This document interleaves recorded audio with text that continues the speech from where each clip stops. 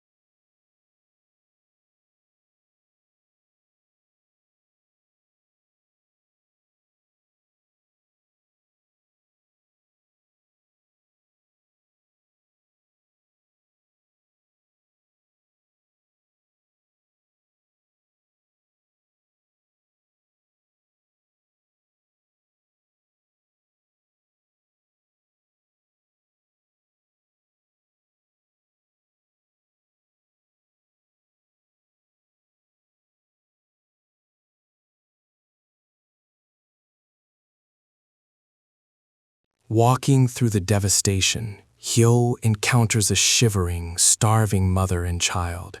He shares his food and covers them with his own cloak, proving that even in this brutal era, the heart of a Ronin can still hold compassion. But the Shogun isn't the only villain. The Enryakuji Temple wields terrifying power through its Sohei, warrior monks who act like loan sharks.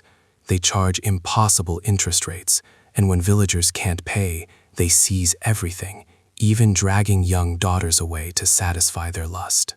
Enter Cizo, a wandering orphan wielding a wooden staff. To survive, he forces himself to join these corrupt monks as a debt collector, witnessing the daily torment inflicted on the poor firsthand. Cizo reaches his breaking point when ordered to execute a debtor. Instead of killing the man, he smashes a large clay jar with his staff, revealing a hidden stash of rice.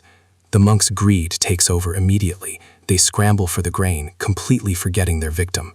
The father escapes, but Cizo is arrested for his insubordination. That night, as the monks celebrate and abuse their captives, a mysterious group launches a lightning-fast raid. Calling themselves the Guardians of Mercy, they punish the corrupt monks, burn the debt contracts, and free all the hostages. Freed in the chaos, Cizo does something completely unexpected. Instead of fleeing, he attacks his rescuers with wild ferocity.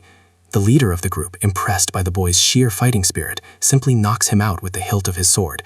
Rather than killing him, he decides to take the unconscious boy with him. The Guardians are busy systematically dividing their loot. Cizo, tied to a tree, begs for a bathroom break, but the warriors decided to humiliate him instead. They use their sword tips to mockingly prod at his pants until he wets himself to the sound of their roaring laughter. Devastated and ashamed, Cizo screams at them, calling them nothing but filthy bandits. The noise catches the attention of the group's leader. He approaches with a cold gaze. When Cizo vents his rage about his ruined dignity, the leader snaps back. "You're the bandit here, not me." He explains that their raid was a move to punish corrupt monks and uphold justice while the shogun's power is crumbling. Still skeptical, Cizo retorts, "The real lawman is supposed to be the one with the skull sword." Without a word, the man reveals his sword hilt, adorned with a skull. He then declares, "That's right, I am Doken Honekawa, the general in charge of peace in this city." Suddenly, the tension is broken when Hyoe appears, greeting Doken like an old friend. Hyoe has been hired to suppress a peasant uprising at Yoshizaka village. Though he sarcastically remarks that rebellions are only natural during a famine, he takes the job for a hefty fee of 600 ryo. He also takes Cizo, whom Doken calls the macaque, along as an assistant, sensing a hidden spark in the boy. On the road, a bound Cizo won't stop shouting. He even tries a flying kick at Hyoe, but misses, splashing into the water instead. Watching him struggle, Hyoe laughs and gives him a new nickname, Little Frog. Once Cizo crawls out of the water, Hyoe orders him to turn around. Hearing the sound of a blade being drawn, Cizo braces for death, but the cold steel only cuts his ropes. He sets him free, flashes a bag of money, and with a grin, invites him to go grab some food. The young boy is left completely stunned by this unexpected kindness. At the city checkpoint, tensions have reached a boiling point. Merchants and villagers are desperately protesting the extortionate taxes. Some even risk their lives climbing the cliffs to bypass the gates, only to fall to a tragic death. One brave merchant tries to force his way through to deliver food to the starving, but the guards execute him on the spot, labeling him a rebel. Unable to stomach the cruelty, Hyoe steps forward with Cizo. Even when the guards threaten him with the power of the Hosokawa clan, Hyoe doesn't flinch. He declares that he is a Ronin, and that this corrupt toll system shouldn't even exist. In a flash, he draws his blade, wiping out the guards with superior swordsmanship. He then seizes the tax money and sets the entire checkpoint ablaze, destroying the very symbol of oppression. However, this bold act does not go unnoticed. A shogun spy, disguised among the commoners, witnesses everything and rushes to report the incident to Doken Honekawa immediately.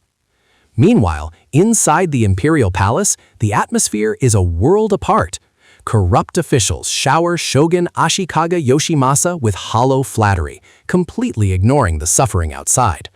The young shogun sees smoke rising from the mass cremations by the river, but he remains indifferent. Instead, he complains that his garden stones aren't pretty enough and orders them to be replaced with flowers. Sadachika Ise, a loyal official, tries to intervene, arguing that the treasury should be used to help the famine victims.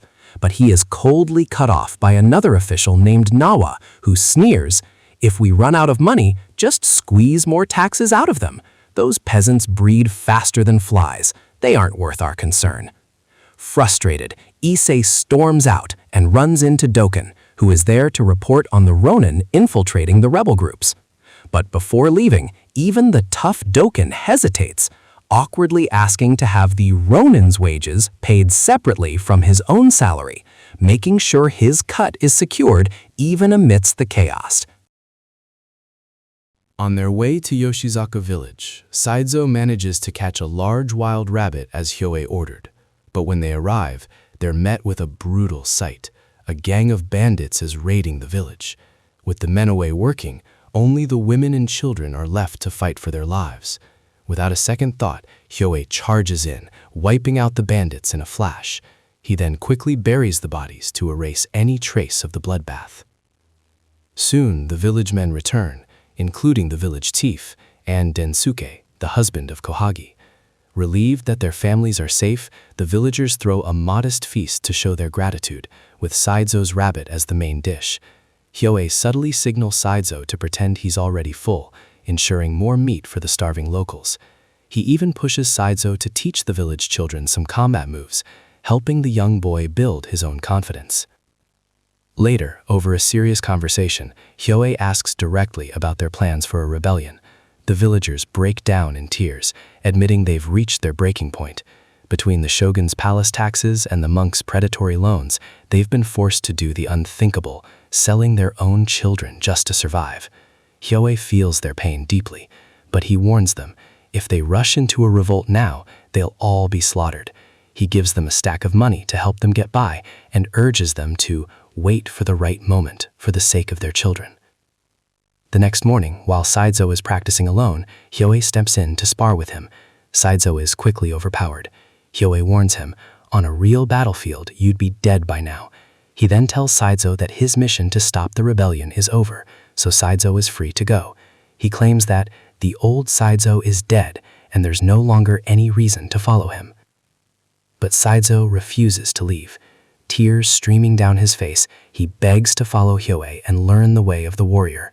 Even when Hyoe warns him that this path leads only to death and requires years of grueling training, Cizo doesn't flinch. Seeing the boy's resolve, Hyoe simply mutters, "We're going to Amazu," a quiet sign of acceptance. As they leave the village, the locals gather to cheer and shout their thanks, promising never to forget the kindness of these two men. On their journey, Hyoe orders Cizo to dig deep into the forest, where they uncover two massive sacks of hidden gold.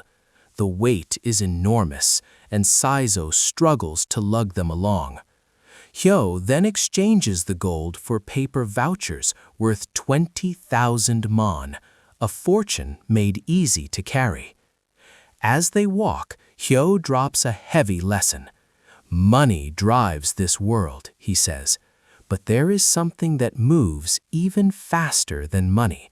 He leaves Cizo with this riddle to chew on. Upon reaching the coast, the truth comes out. That massive stack of money was actually Cizo's tuition fee. There, they meet a scruffy, drunken old man. To Cizo's surprise, the legendary Hyoe bows deeply to him, calling him master. Hyoe leaves Cizo with a cold ultimatum. If his skills don't improve in 10 months, kick him out without a second thought. The master starts the testing immediately with just a glare. Noticing Cizo has an impacted tooth, he calls for Sohee, a mute, half-Korean disciple who was traumatized in her past. Without a word, Sohee uses pliers to rip the tooth out raw, tossing it to the chickens while Cizo is left howling in pain. A brutal welcome to his new life. The first real test begins on a wobbly bamboo bridge floating in the sea. Cizo must balance himself and hammer nails perfectly into the wood. But as soon as he swings, he loses his footing and splashes into the ocean. Hyoe roars with laughter, mocking his little frog, before heading back to Kyoto, leaving Cizo to face his fate alone. The master grinds Cizo through the basics, stab, strike, and defend, over and over. Annoyed, Cizo challenges the old man, only to be sent flying in an instant. The master offers a priceless lesson. The plank does not shake as long as the mind is still. After months of grueling training, Cizo finally masters his balance, driving every nail home with pinpoint precision. But the real hell is just beginning. The second test is the flying blade trap. Another senior student, Kokoji, suspends over 20 blades from the ceiling. Cizo must stand amidst jagged ceramic shards and dodge the swinging steel.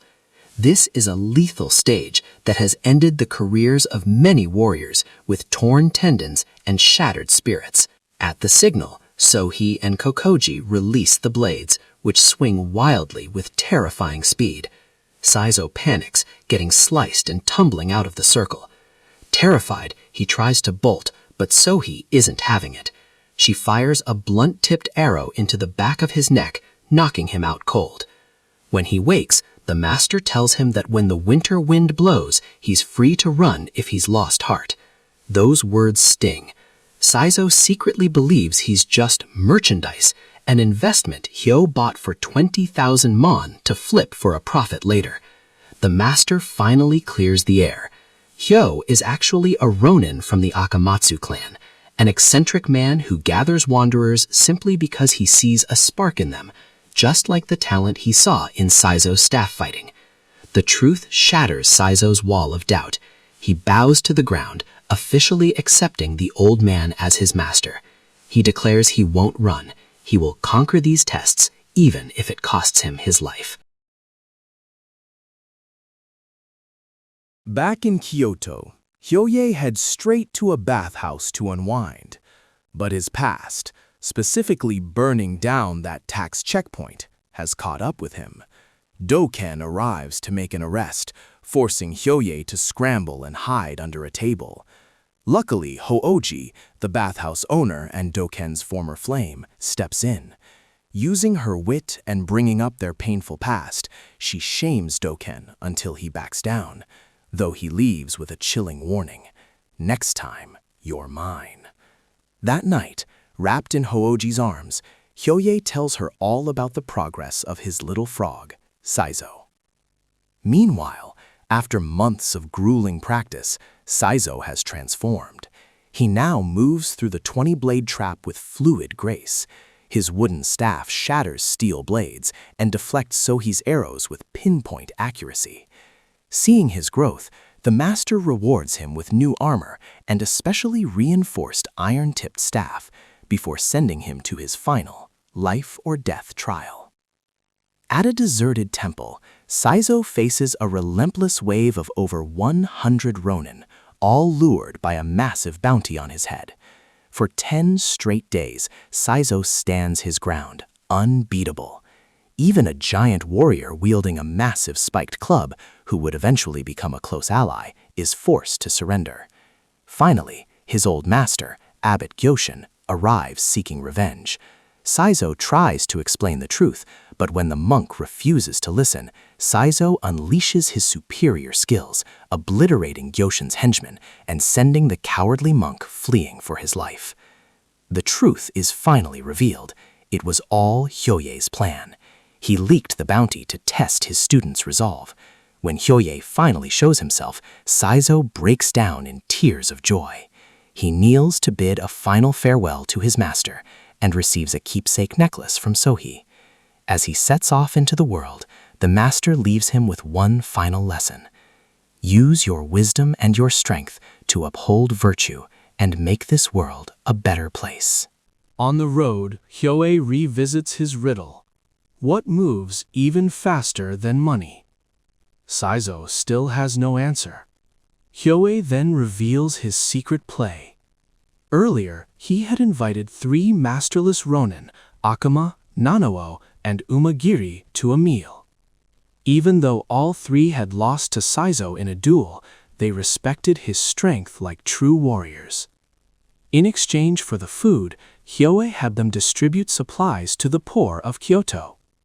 That single act caused Cizo's name to spread from person to person across the city like wildfire. Cizo finally realizes the answer: reputation. In the world of warriors, a good name earns respect and opens doors faster than any stack of gold. Hyoe emphasizes that the mental tests Cizo endured were meant to teach him one thing: how to read people and find allies he can truly trust. But the moment of triumph is short-lived. They arrive at a cremation ground by the river, a place draped in misery and the stench of smoke. Hyoe's eyes fall upon a scorched scrap of cloth, the very cloak he gave to the mother and child earlier. Now they are nothing but a pile of bones. Hyoe falls to his knees, his voice trembling as he whispers, "I'm sorry. I was too late. I couldn't save you." Later, in the slums, Cizo reunites with the 3 roaming, who now bow to him as their leader. but the reunion is cut short when a noble's procession passes by. For pure entertainment, the nobles use the helpless villagers for target practice, firing arrows as if they were vermin. Cizo and his crew can only clench their fists in silent rage, forced to wait for their moment. Suddenly, a messenger from Doken arrives with an urgent order. A rebel force is gathering at Fushimi Inari Shrine, and Hyoe is ordered to wipe them out immediately. Confused, Cizo and the 3 Ronin follow Hyoe, carrying heavy jars of sake instead of weapons. When they reach the rebel hideout, instead of drawing his sword, Hyoe orders the sake jars to be opened for a celebration. The rebel leaders emerge, led by Goroemon, an old comrade in arms, along with Densuke and Kurinto from the village. The shocking truth is finally out. Hyoe isn't there to stop the rebellion. He is the supreme leader of it. Cizo stands speechless, realizing that his entire year of brutal training was for this very war. Hyoe declares boldly before his allies, "Since people are dying like flies, we strike within the month." The plan is to storm the tax checkpoints and seize the assets of the blood-sucking moneylenders.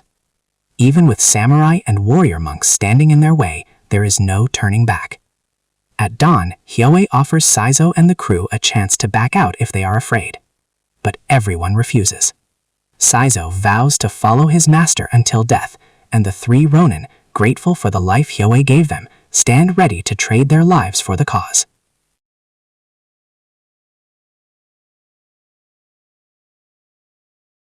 When news of the rebellion reaches Doken, he confronts Hyoe in a blind rage. Hyoe tries to play it off like he was forced into it, but Doken sees right through the lie. Yet bound by their shared past, Doken calms his temper and sits down to negotiate. Hyoe invites his old friend to join him in building a new world, but Doken refuses, clinging to his pride as an official of the Shogun. The two strike a final deal. Hyoe will return all the stolen money in exchange for the release of the villagers' wives and children held as hostages. Doken agrees, but leaves a chilling warning. The next time we meet, it's death. They share one last drink, gazing at the 7-story pagoda they once dreamed of conquering together, knowing full well that in their next encounter, they must kill each other. Back at Fushimi Inari Shrine, the rebel ranks are swelling. Hyoe devises a starburst strategy, simultaneous strikes from the outskirts into the city center to take down the moneylenders all at once. To lure the enemy away, he spreads disinformation through Akama, claiming the attack will happen on the morning of September 12th. His goal? Force Doken to concentrate his troops on protecting the shogun, leaving the rest of the city exposed. But the nobles strike first. The corrupt official Nawa leads a samurai army to massacre Yoshizaka village as a brutal warning. The most heart-wrenching sight is Densuke, clutching the lifeless body of his wife Kohagi, weeping in absolute despair. The hairpin Hyoe once gave her lies in the dirt, a shattered symbol of justice. This tragedy ignites a fire of vengeance in the hearts of every rebel. On September 11th, Hyoe sends Cizo with a letter to warn Houoji, urging her to flee to a safe house. She senses the impending doom and fears Hyoe won't make it back alive. But Cizo looks her in the eye with the gaze of a true warrior and says, "We've already prepared ourselves for death." Before he leaves, Houoji asks if he's the little frog Hyoe always talked about.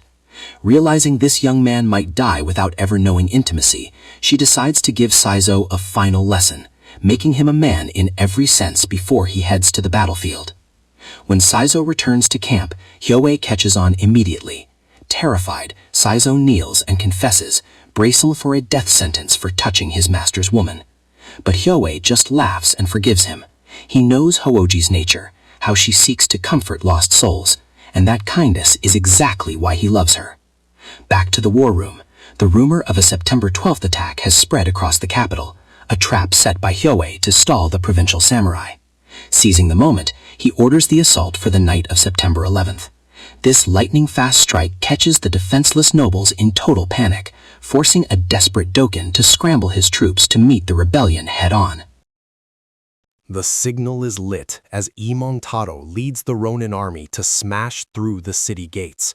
Following Hyoe's master plan, they incite a massive uprising among the peasants and the urban poor, handing out weapons to fight for a debt-free future. Their ranks swell in the blink of an eye. Meanwhile, a suicide squad splits off to block the main roads, forcing the Imperial Army into a maze of confusion. They ignite torches atop the 7-story pagoda as a brilliant decoy. The foolish Shogun, watching from afar, thinks the flickering lights are the spirits of the dead. But Doken sees through the trick immediately. He storms the pagoda, only to find Hyoe waiting. Doken realizes with horror that the rebel force isn't 5,000, it's over 10,000 strong. Despite Hyoe's plea to build a new world together, Doken chooses duty and draws his sword. Hyoe makes a daring escape, ziplining down towards the forest below. Doken has the chance to cut the rope and kill his friend, but in a moment of silent loyalty, he chooses not to. Back in the city, the peasant army is on a rampage, torching moneylenders' homes and burning debt contracts to ash. Even the Enryakuji Temple and Abbot Gyoshin aren't spared, as the mob delivers a brutal dose of vigilante justice. The samurai respond with a rain of arrows, but the villagers use wooden carts as shields and fight back with stones, fueled by pure, fearless rage. In the heat of the chaos, Cizo leaps through the air, knocking the samurai general off his horse with his staff, sending morale skyrocketing. Hyoe arrives to reinforce them, shouting to burn every symbol of oppression to the ground. Doken, returning to the city, is insulted by the High General for his incompetence. Snapping, Doken drags the general off his horse and takes command with cold-blooded ruthlessness. On the bloody battlefield, Cizo narrowly survives a hidden blade to the throat, thanks to the necklace Sohi gave him. Sohi and Kokoji join the fray, armed to the teeth. But the victory is bittersweet as Goroemon falls, his final breath a request for Hyoe to ensure every last debt is burned away. Despite being outgunned, the villagers sing a haunting anthem. Burn it all to the ground, for we are finally free. This song of the dead rattles the samurai to their core. Doken, witnessing the madness, remembers his own impoverished past. He makes a choice, shouting to Hyoe, "Your mission is done, get out of here," as he orders his men to open a path for his friend and the rebels to escape. By dawn, the main rebel force has vanished. Only Hyoe, Cizo, and a small band of Ronin remain, heading towards the Imperial Palace to avenge the massacre of Yoshizaka and the death of Kohagi. Doken's troops are braced for the assault. Just then, the arrogant official Nawa arrives in a drunken stupor. Densuke charges him in a blind rage, but is mortally wounded. Hyoe doesn't hesitate. Clutching Kohagi's hairpin, he launches a lethal strike. A brutal skirmish erupts. Cizo and the crew cover Hyoe as he duels Doken one last time. Even with a chance to kill his friend, Hyoe uses only the back of his blade. In the chaos, Doken is forced to stab Hyoe in the leg to stop him, whispering for him to run while he still can. Amidst the slaughter, Cizo fights like a demon. Drenched in blood, his staff becomes a whirlwind of death. He carves a path through the samurai and reaches the palace gates, collapsing in exhaustion. Hyoe seizes the moment, driving Kohagi's hairpin straight into Nawa's throat. At last, justice is served. Seeing his promise fulfilled, Densuke passes away in peace. Before retreating, Hyoe signals Sohi to fire an arrow, pinning a banner to the palace gate that reads, "Without virtue," a final warning to the Shogun. As the survivors scatter, Doken watches them go, his eyes filled with a pained understanding. Hyoe and Cizo hide by the river, waiting for a ferry. But the wound in Hyoe's leg won't stop bleeding. Suddenly, Doken and his men appear. Hyoe knows his time is up. Doken has come for his head. He begs for Cizo's life to be spared, and Doken gives his word. Hyoe thrusts Cizo's staff into the ground and delivers his final command. "Leave it here. Don't pick it up until I am dead. Live your life with wisdom." Cizo asks through tears how he is supposed to survive without him. He simply gives a faint smile, calling him Little Frog one last time, thanking him for the joy they shared. With his remaining strength, Hyoe charges at Doken without a hint of fear. His eyes still burn with the pride of a true warrior. Doken's first strike shatters the sake bottle at Hyoe's waist, spraying liquid like tears into the air.